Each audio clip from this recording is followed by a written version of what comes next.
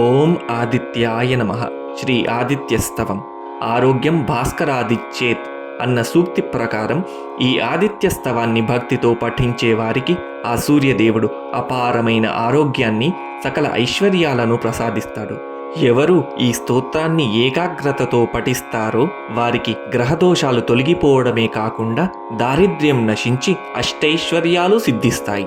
వెలుగువైపు అడుగు వేయాలనుకున్న ప్రతి సాధకుడికి ఇది మార్కండేయ మహర్షి ఇచ్చిన అమూల్యమైనటువంటి వరం.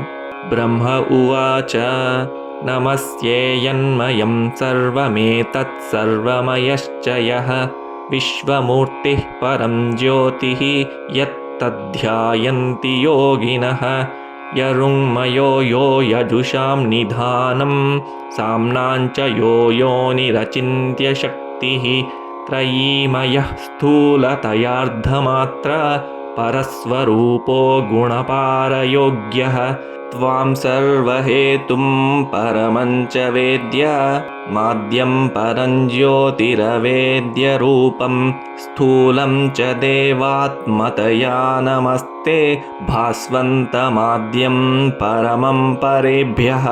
సృష్టిం కరోమి యదహం తవ శక్తిరాద్య తత్ప్రేరితో జలమహీధవళాగ్నిరూపాం తద్దేవతాదివిషయాం ప్రణవాద్యశేషాం నాత్మేచ్ఛయా స్థితిలయావపి తద్వదేవ.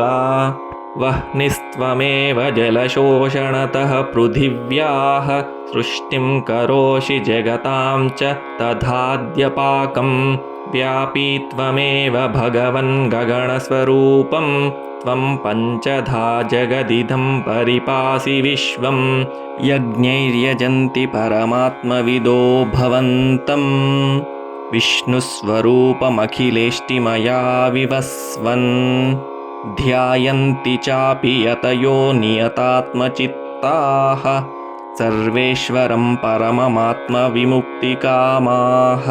నమస్తే దేవరూపాయ యజ్ఞరూపాయ తే నమః పరబ్రహ్మస్వరూపాయ చింత్యమానాయ యోగిభిః ఉపసంహార తేజో యత్ తేజసః సంహతిస్తవ సృష్టిర్విఘాతాయ విభో సృష్టౌ చాహం సముద్యతః. మార్కండేయ ఉవాచ ఇత్యేవం సంస్తుతో భాస్వాన్ బ్రహ్మణా సర్గకర్తృణా ఉపసంహృతవాన్ తేజః పరం స్వల్పమధారయత్ చకార చ తతః సృష్టిం జగతః పద్మసంభవః తథా తేషు మహాభాగః పూర్వకల్పాంతరేషు వై దేవాసురాదీన్మర్త్యాంశ్చ పశ్వాదీన్ వృక్షవీరుధః ససర్జ పూర్వవద్బ్రహ్మ నరకాంశ్చ మహామునే. ఇతి శ్రీ మార్కండేయ పురాణే ఆదిత్యస్తవం సంపూర్ణం.